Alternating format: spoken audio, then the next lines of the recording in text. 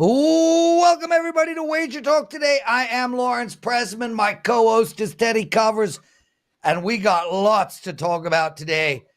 Skee Profit joining us right off the bat. He's going to take apart the Dallas Clippers game and break down the Pacers and Bucks. Then we have Scott Rickenbach. He's joining us, first time on the show.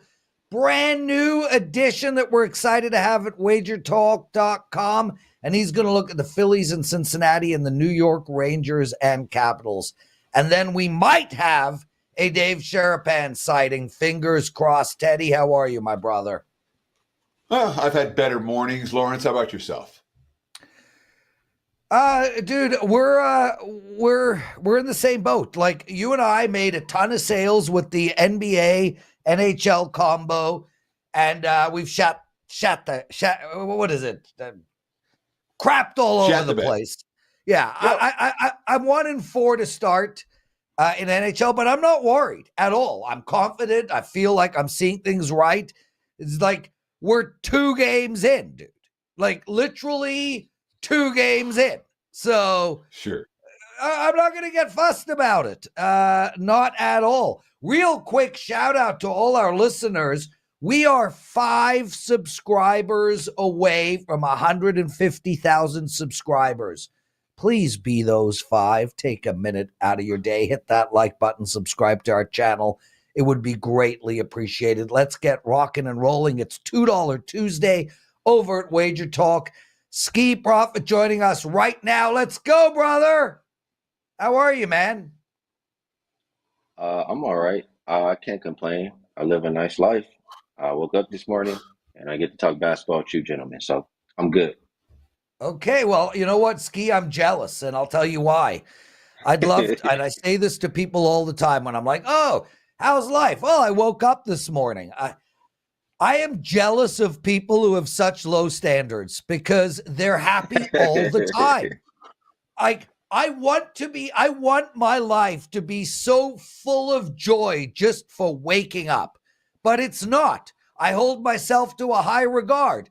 I want greatness out of me and my children. And you know what? It's a curse, Skee. It's a curse. I wish that just a breath of fresh air gave me the joy that it seems to give you. I'll tell you what, I'm surprised. I continue to surprise myself. No matter how many times I go out and have a good time. You guys know it's the West Coast. You know it's early. You guys know I like to party. I'm still awake. I'm still here and ready to talk the game. So I'm proud of myself for that. I'm proud of you too, dude. Even though you definitely look like you woke up 7 minutes ago. Teddy and I were there, bro. We were party beasts in our youth. So we get it. Let's go. Dallas Mavericks playing the Clippers. How do we bet this game? Well, I'm thinking about betting this game early. Whether it's first quarter or first half is to be determined. But you think about how that last game started. I'll say like this: we've seen it plenty of times in the regular season in the association where the star player is rolled out, everybody for that team, rises to the occasion, and the other team maybe overlooks them. It looks like that could have been something for the Mavericks. I mean, Kyrie and Luka, they didn't play the last 2 games of the regular season. Maybe they were rusty after 10 days of not playing, but the Dallas Mavericks looked extremely poor to start that game yesterday. They scored, I think, 30 points in the first half. They did not at all look like that team that closed the season. Before those 2 games that Luka and Kyrie sat, they had won 16 out of 18 games. So as the game went on, they started to figure things out. I feel like in the beginning, every time they went in the paint, Zubac was there. And in the second half, when they put Cleveland out there, it was a little bit more space and allowed things to flow better. And they looked a lot better in that second half. I think they rolled that over into this game. I think there's a focus to start the game fast and throw the first punch. So I'm looking at the Mavericks first quarter, it's -0.5. Or first half is also -0.5. I think you get in and get out with this one. The one thing I'll say is I do absolutely expect Luka and Kyrie to play better, especially Luka. He was missing every shot to start the game. The road players, however, we might not get a better game from them. So That's why I choose to play the first quarter, where Luka will play, majority of his minutes. Another way to look in this game could be, I mean, he averages a little bit over 33 points per game, I believe, this season, and he kills the Clippers. Since the past 4 years, Luka averages 35.2 points per game versus them. I would look at Luka's points or go Mavs first quarter, Mavs first half. So I was at $2 Tuesday last week, Skee, and was able to cash with the LA Lakers. No pressure for your $2 Tuesday selection for tonight. So again, you can get that play right now at WagerTalk.com. Only $2. And one last week. It's certainly live today. Your play is you call it presidentially approved. Your play is Teddily approved. Teddily tonight. Teddily. But I want to ask you about Kawhi, because obviously Kawhi is the biggest X factor there is, and the markets are hinting that he's going to play tonight. We've seen the money trickling in on the Clippers, and I think if Kawhi plays, the Clips go off as favorites here. If he doesn't play, do you think the money's going to swing back the other way? Is this one of those scenarios where you want to bet this now, Dallas -0.5 first quarter, Dallas -0.5 first half? Or do we wait until later in the day until Kawhi's status is more, we know if he's playing or not, and then maybe we get a better number? Or should we lock in here? Talk about Kawhi and when we want to bet this. Kawhi will absolutely move the needle, whether he plays or not, one way or the other. He's missed now 9 games in a row. So honestly, I don't think him coming back is much of a plus. First game back after missing that much time, I think he'll be rusty. He probably will be on a minutes restriction. And the Clippers have figured out a way to play without him. And it might disrupt that rhythm that they have going. So I don't really mind whether Kawhi plays or not. As far as getting the best of the number, it's hard for me to see that first quarter, first half going past 1. So I'm not really worried. I mean, if you're a person who thinks, I don't want to be involved if Kawhi's in, then go ahead and wait. For myself, I'll be fine getting involved now or later.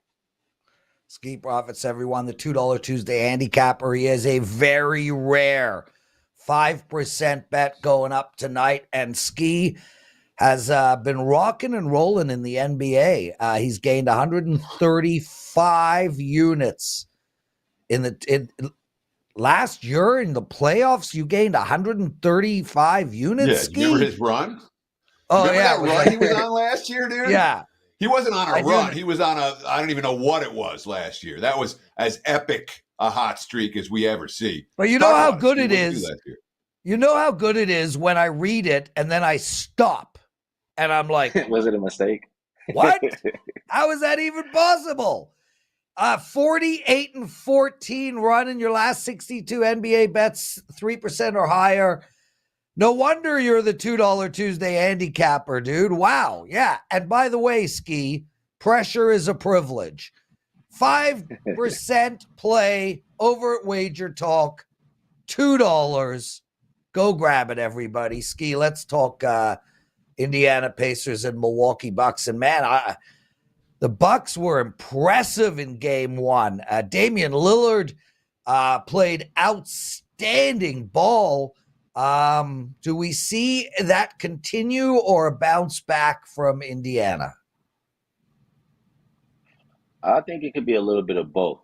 When I look at that game, I think the Pacers, they're really young. They're inexperienced. I don't think they're ready for that first playoff game versus Milwaukee, whereas Milwaukee has a lot of guys who've been there before. They looked extremely ready. And without Giannis on the court for the Pacers, that just means it's more space for Lillard to operate. And we saw him take advantage similar to how he played in Portland. So I think there's still a lot of talent for that Milwaukee side. The Pacers, we know, are not a great defensive team, but I can't expect them to play that poor offensively again. Looking here, they shot 21% from 3, 8 for 38. So I think we get a much better offensive performance from them. We know the Bucks' perimeter defense is not great. I'm in disagreement with this total. I've seen it come down 3 points from 226.5 to 223.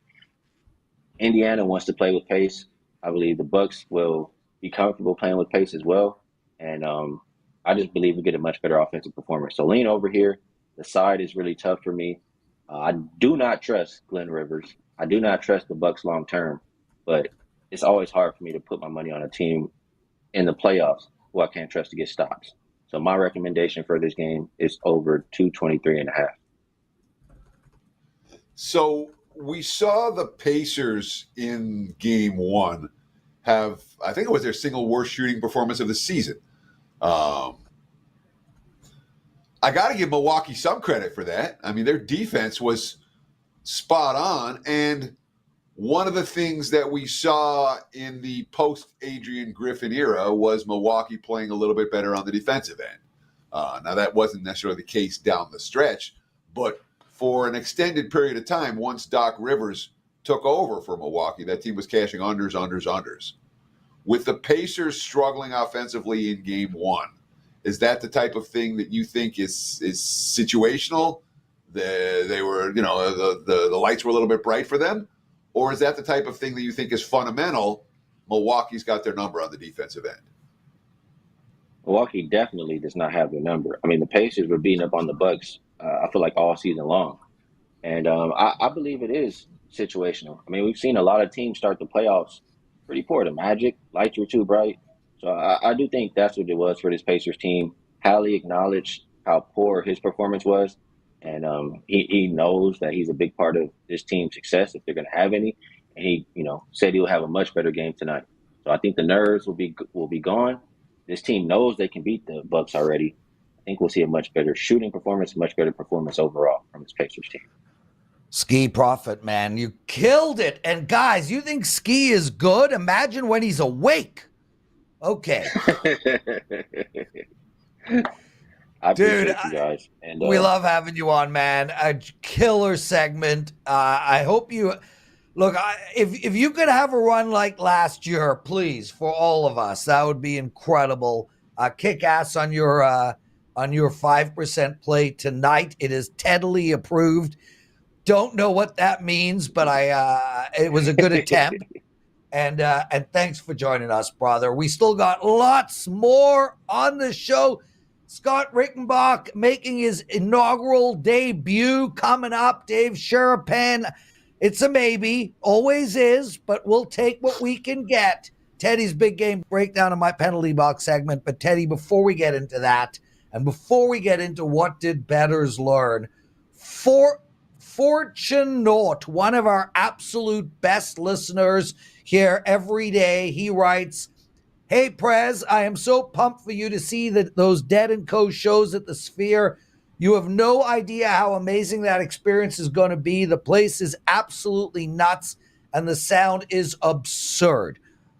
So, I mentioned this last week. I'm taking Teddy to the Dead & Co. show on Friday, February 17th. Now, Teddy, full disclosure, Friday, May 17th.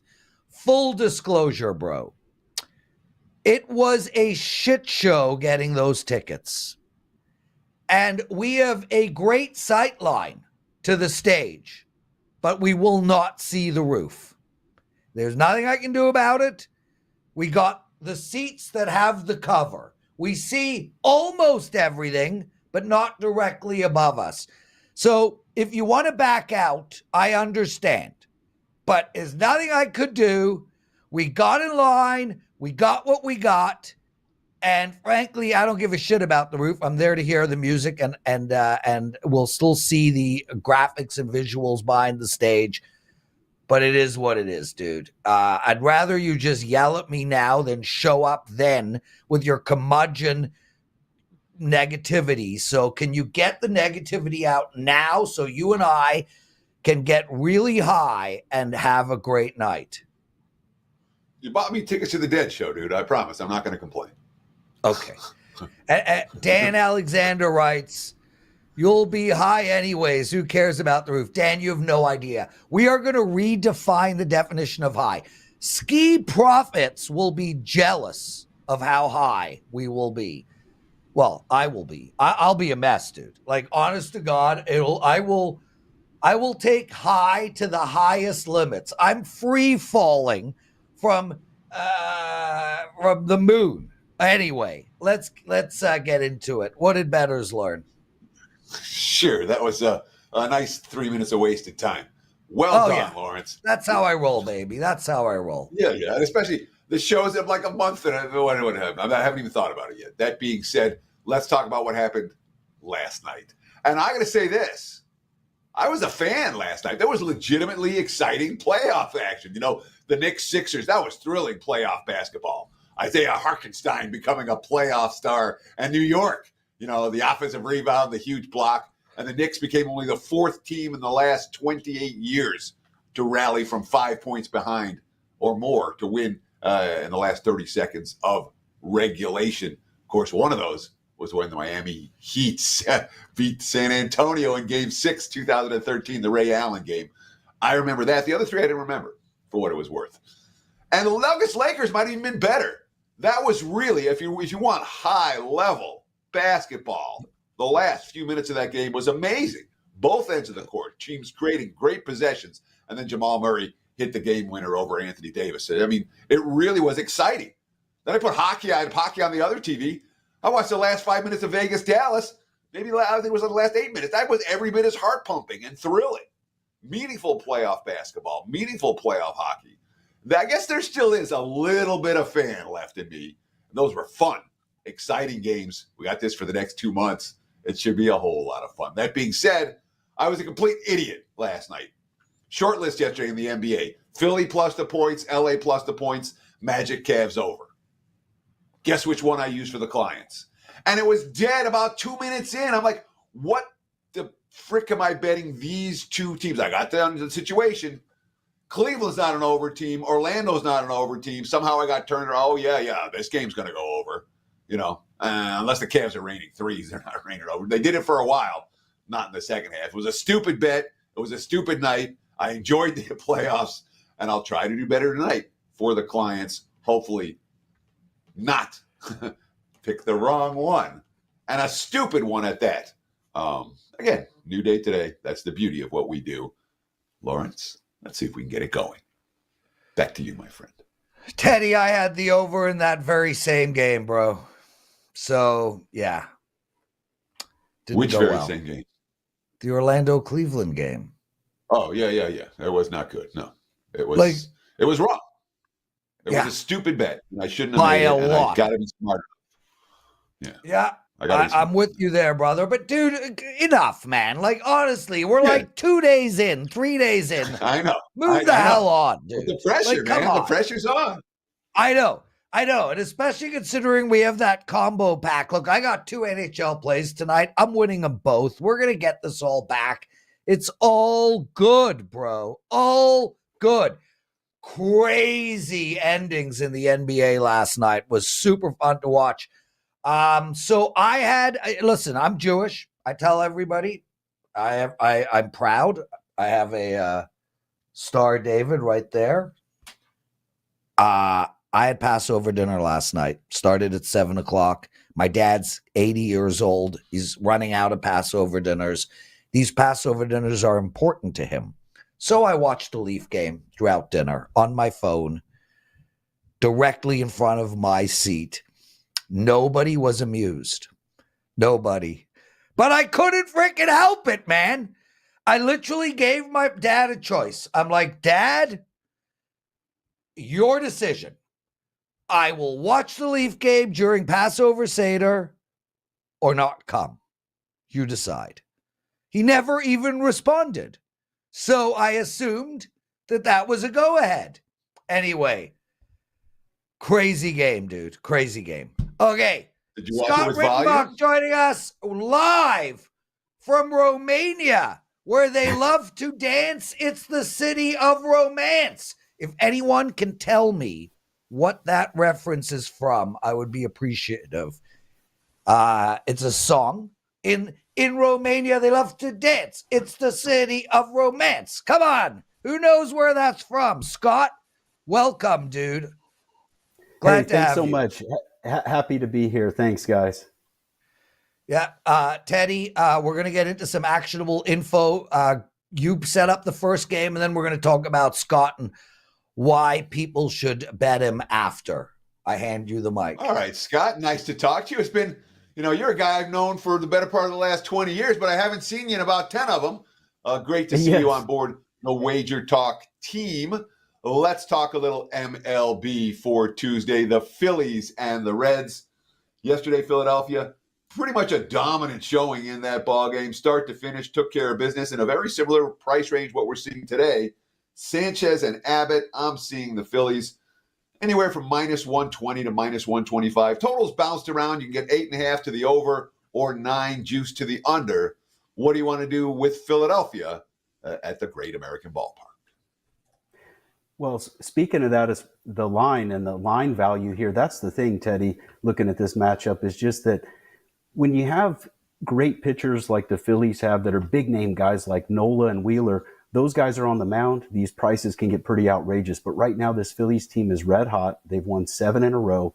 And then you have a guy like Bryce Harper, the star of the team, goes on paternity leave, and a guy Clemens comes up from AAA ball and has a huge game last night in his place. This Phillies lineup is just really stacked. And you look for value spots like this where you can get them at a good price. And the thing is, do you guys know the name of the AAA team that the Phillies have in Lehigh Valley?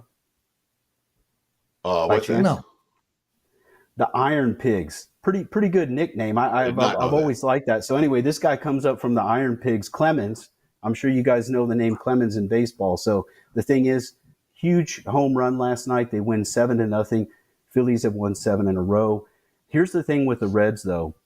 Abbott is a solid pitcher, but what I like here is the strikeout ratio when you look at these two guys, and the Phillies just have a more potent lineup. And I think that Sanchez, he's been getting a lot of strikeouts. I think the Reds are going to have trouble here. They're just not hitting that well, and these Phillies are red hot with 7 straight wins. And here you get them at a good price on the road, laying 125. It's hard to pass them up in a spot like this. Ride the streak with Philadelphia, says Scott Rickenbach. Scott, this is your first appearance on Wager Talk Today. You've been in the industry for a while. Give a little bio. How do people, talk about who you are, why you're in Romania, what sports you handicap? Give folks a little bit of info about who Scott Rickenbach is and why he's on WagerTalk.com. Well, one of the big keys with me, of course, is here football, basketball. So many guys look at that college and pro as king, and those are important to me, and I enjoy those sports as well. But with me, I really like the money line sports. I'm huge into the soccer now, being over here in Europe. And I was in Vegas for 5 years. Teddy, I think you and I met a couple times while I was out there. We've known each other for probably close to 20 years now. And I think the Prez also, remember you guys from the covers days. And I was on covers for many years, have been in the industry for 2 decades. And, now seemed like the perfect time, come on board with Wager Talk. And I'm so happy to be here now and looking forward to dominate over here. And as far as coming to Romania, you come over here one time, you meet somebody, it has a tendency to maybe want to keep you here. And the thing is, I love the life over here. It's a little different pace than what we have back in the U.S. Still go back and forth in Vegas quite often and back and forth between the U.S. and Romania. But I do love it here. And the time difference helps me a lot with my work, guys. I can get my stuff up early. And I'm waking up here right after those West Coast games are going final, checking all those out, and then ready to go on to the next day. But like I said, I really enjoy the money line sports. That's the things that guys, some people don't realize is, football and basketball are great. They're so popular. There is value there, but sometimes you can find even better value in some of these niche sports. And I love even Canadian football. We got Canadian football coming up soon. Don't ignore it. There's value there. There's value in these other sports, and take advantage. Yeah, well, you should have a dinner with Andy Lang and discuss how to make money betting bare knuckle fighting. Yes. Scott Rickenbach joining us, guys, and we do have a promo for Scott. It is Scott 1000. Best deal we'll ever give out for Scott, and it's just because he's joined the family recently. Take $1,000 off of a Your All Access for Scott. That's $1,000 off for a Your All Access. Use the promo code Scott, 2 T's, Scott 1000. And guys, come on, where's my reference from? In Romania, they love to dance. It's the city of romance. It's like, now, anybody under the age of 50, don't even bother. But like, should I tell you where the reference is from, or let people keep, put it up in the comment section or whatnot? Put it up in the comments. Tell us at the end of the show. I can't wait, Lawrence. It's such one of those songs. It sounds so good. I really wish I would hear it live. Well, let's do it live in this. Okay. Teddy, we hit 150,000 subscribers. Thank you all. Thank Next you. stop, 200. Let's go. So, Scott, let's turn our attention to some NHL. And you mentioned you like moneyline sports, but now you've got a puck line bet on the New York Rangers -1.5 plus 100. And Teddy Teddily approved Skee's play. This is presidentially approved. I agree completely. Washington Capitals are a disaster. I don't remember a team with such a bad goal differential making the playoffs, maybe ever. But hey, what do I know? Talk to me. How do we? Why are we betting the Rangers -1.5? Well, indeed, the Capitals were fortunate. Give them some credit that they snuck in there at the end, but they were pretty cold there at the end of the season. The team I wished it would have got in was the Red Wings. They were playing the better hockey. They had gotten a little bit healthier, and I was pulling for them other than my Flyers. My family's from Pennsylvania, so I love all the Philly teams, but just have to say that truly the Capitals were so fortunate with that bad goal differential. And the problem here in this matchup, here's something I'd be very concerned with if I was a Washington fan. How can you be down 3-1 going to the third period of game one of a important series and you get outshot 15-6 in that period? That rarely ever happens, and it shows the dominating difference between these two teams. The Rangers just come out and say, you know what, we got you, and we're going to show that we got you. You don't have a chance against us. And that sets the tone for the next game. Not only did the Rangers end up winning 4-1, but they told Washington, doesn't matter what you do, you're not going to be able to come back against us. So I think we're going to see another dominating effort here. Don't forget that the Rangers coach was the Capitals coach last year, let go at the end of the year. The last 7 times we've seen that happen, where a coach with his new team is facing the team that just let him go in the postseason in this very next season, that team has won 6 out of 7 times. And I'm sure it's going to happen again here with the Rangers. Now, in terms of the puck line, to be honest with you, Prez, I don't really like the puck line, generally speaking. Usually when I'm involved, it makes you so nervous. Maybe you're up by 2 goals late and then the other team has pulled their goalie. Do you get that third goal and salt it away, or do you give up the goal there late? But in this case, I think the Rangers are going to, again, dominate. Washington has a couple of defensemen that might come back tonight, but they're still iffy. Will they even be 100%? And the thing is, they just don't have the same firepower that they used to. So I would see the Rangers once again dominating. They're just so strong. This is a complete team. And again, the coach has a score to settle. He's going to want to dominate throughout this series. And again, that third period was very concerning for me if I'm a Capitals fan. So it's the biggest favorite on the board and the lowest total on the board. We're 5.5 juice to the under. When you're talking about a low total in hockey, does that make you concerned when you're laying 1.5 goals? It does. It really does, Teddy.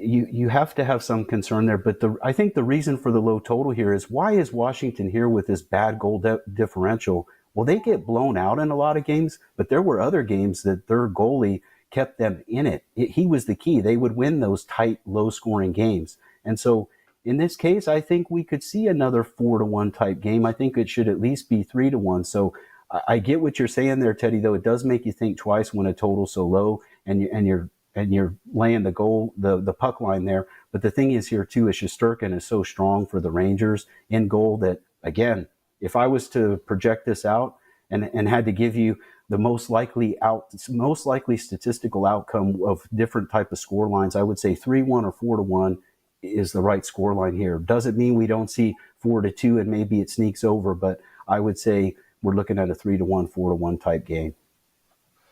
Yeah, Scott, it's funny. That's exactly the scores I predict as well. 3-1, 4-1. 4-1 feels a little better to me, or more right, or righter, or whatever the case may be. And if I'm listening to the show, What? Yes. Was Yes, 4-1 in game one was the final score. And you know who predicted that exact score? This guy. Scott And I think it's going to be and I think it's going to be 4-1 again tonight. I honestly, Scott, would you be surprised if the Capitals won one game in the series? Slightly, yes. I think they might steal one at home, but I wouldn't bet on it, to be honest with you. I think they're going to have trouble throughout this series. It's a tough matchup for them, and they've lost so much firepower from what they used to have. If you compare this roster to the roster they had 2 years ago, just take a look sometime and you'll see that, wow, Washington has really lost a lot. So again, they came in the back door to get into the postseason, and I don't think that they're going to last long. So sadly for Ovechkin, I mean, that's a guy that I respect tremendously for what he's done throughout his career. So it's a shame that it's happening like this, but yeah, I don't care about Alex Ovechkin. He can go himself. And I'm totally good if he gets injured and never breaks Gretzky's record. So yeah, to Alex Ovechkin. Scott Rickenbach, everybody, dude, we're so lucky to have you join us. It's such a pleasure to have you on the site, WagerTalk.com. It keeps getting bigger and better. We keep adding more talent. Scott is one of those guys. Use the promo code Scott1000, get $1,000 off of his Your All Access.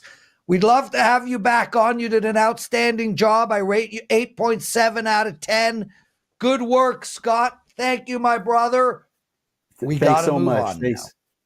Thank you. Appreciate it. Oh, Scott. Yes. Wait, yes. Bring Scott back on. Do you want to know where that reference is from? Yeah, I do. I really do. So many moons ago, a guy moved into an apartment with two girls, and he had to pretend he was gay. And he had a dinner date one night, and another guy named Mr. Roper shows up and says, "What, Jack? You have a dinner date?" He's like, "No, this is my cousin from Romania. Let's do the Romania dance." And that is where it's from. Three's Company. Wow. Yes. Okay. Yep. And I'm old enough to remember that for sure. So yeah, now you got me. That's a good one. Good. Very good. Teddy Covers. You also said it was a song. You said it was a song, and somehow or other it is now a it ends song. up I as sang a bit in the blah, TV blah, show. blah. Go to your big game breakdown. Bugger off. Big game breakdown time. Let's talk NBA playoff action Tuesday night. This one should be a whole lot of fun. The Dallas Mavericks and the LA Clippers. Right now, look at the WagerTalk Live odds screen. Mostly -1.5 out there. Dallas as road favorites. Total sitting in the 216.5 range for this one. And Skee Profit was on the show earlier today talking about how he didn't care if Kawhi played or not. I agree 100%. This is not I'm not going to play it if Kawhi's in the lineup, or I'm only going to play it in the lineup. Whether he plays or not, irrelevant to the concept in this ballgame. And of course, if he does play, we're going to see the Clips potentially a little bit out of sync. The guy's missed the last 9 games. If he doesn't play, well, I think Dallas is the better of these two teams, and the markets think that as well. What happened in game one? Look, the Mavs just laid bricks.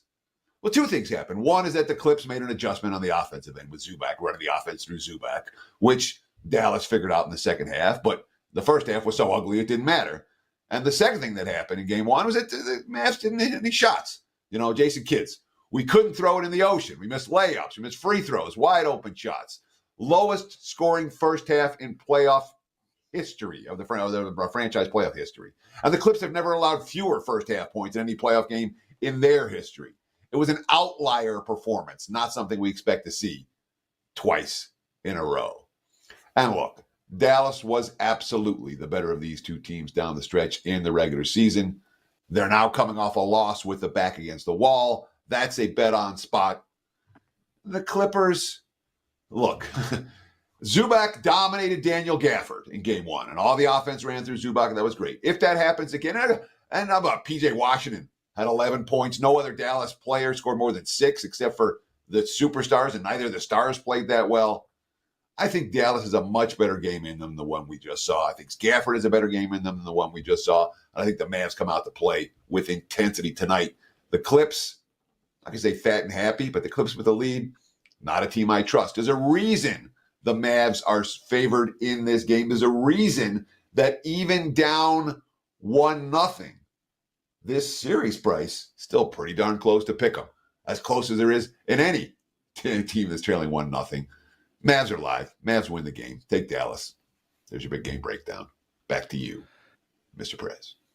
Teddy, couple of listener comments. UC Panda writes, because I mentioned that I watched the Leaf game while at a Passover dinner.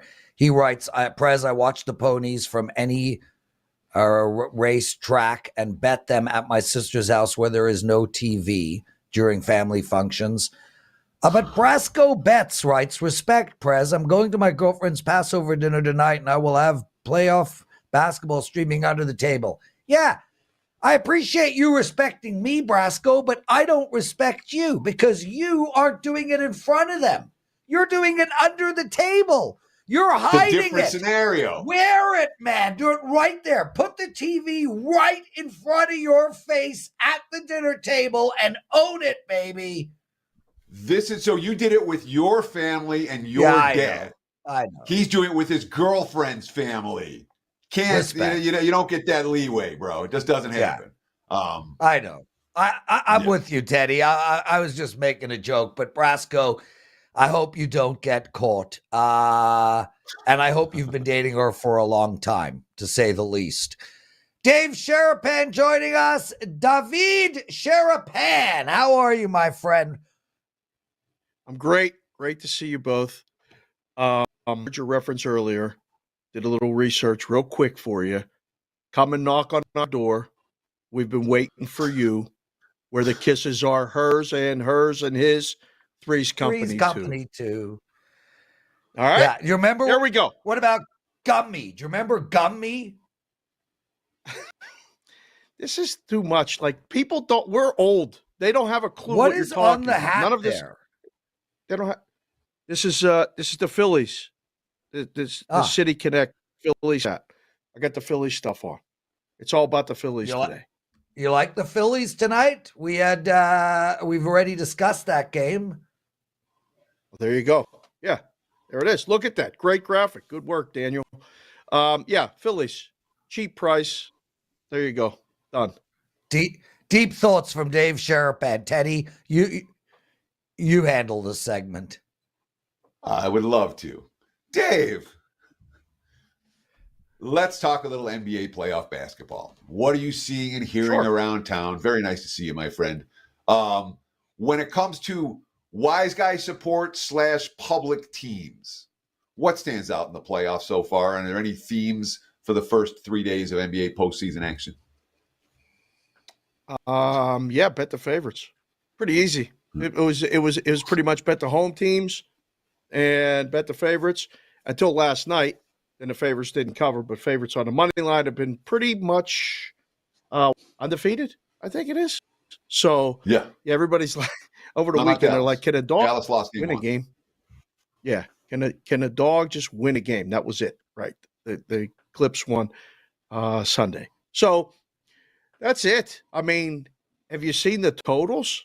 You can't make the totals low enough. That's the other thing. It's like under first half, under game. So that's the only ones that, they're crying about. All my buddies are on vacation this week because of the draft. No one wants it. Everybody takes off this week. All my guys that work in the books, they've had enough. So I haven't talked to anybody yet this week because they're either down in Florida, one guy's down in Cabo, and then the other guys are just kind of sitting and waiting for this draft to be over Thursday. So is this typical of NBA postseason? You've been doing this a long time. You've seen a lot of NBA playoffs. Is there something that's typical for NBA playoffs? Is there something that's atypical? Or is this well within the expected range of where things might fall? First round NBA is typical. Usually it's pretty chalky, where the series are shorter And, the 4-5s are the best series. And I think Dallas, the big game breakdown, you nailed it. That series is the series in the West.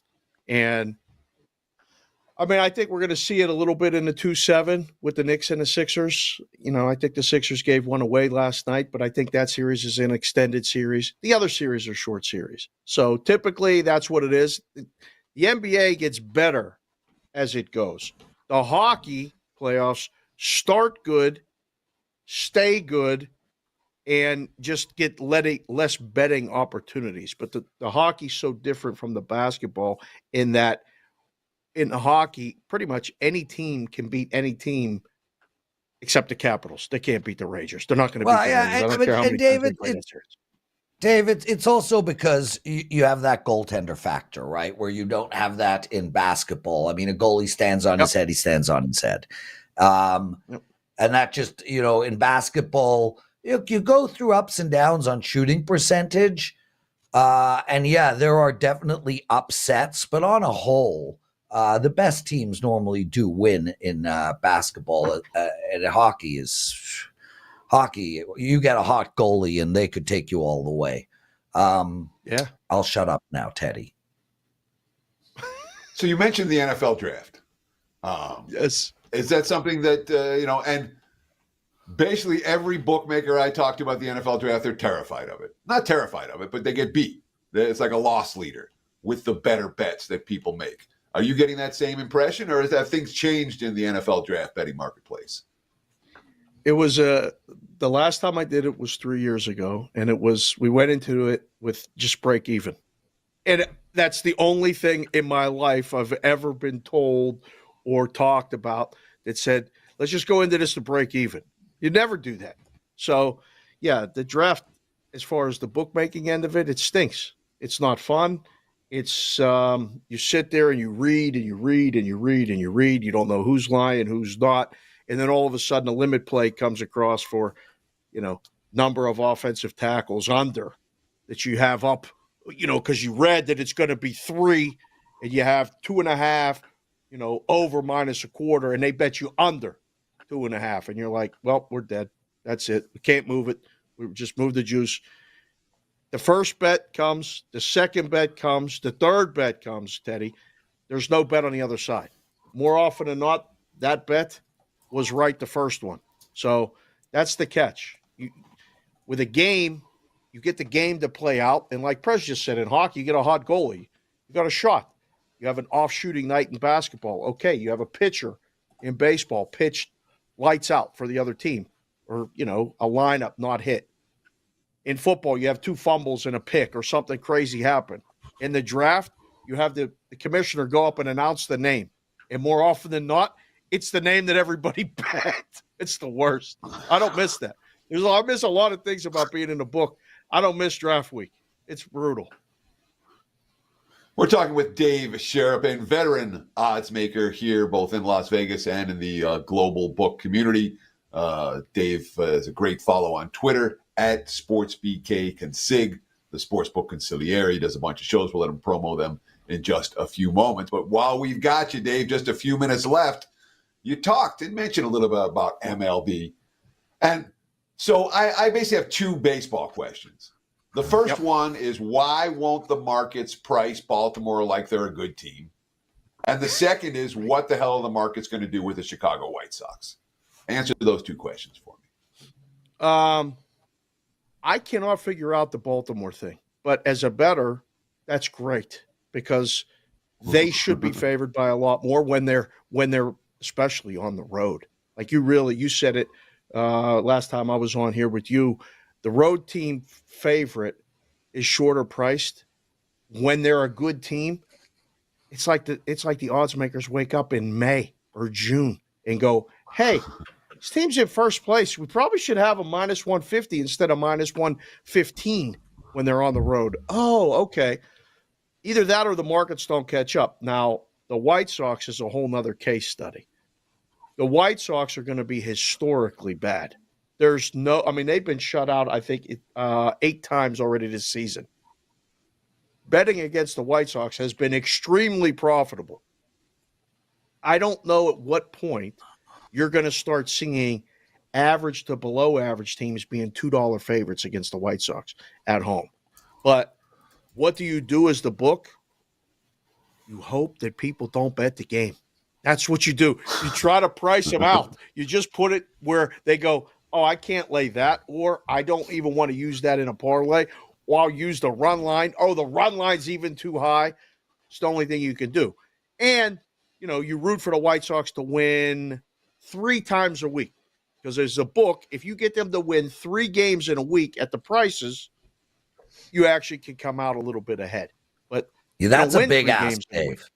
Yeah, it's a big ask. Yeah, they won 3 games all year. Yeah, dude. Like, in all seriousness, I say they win 3 games in a week 3 times this season. Over and under. I'll take the over. It's going to happen.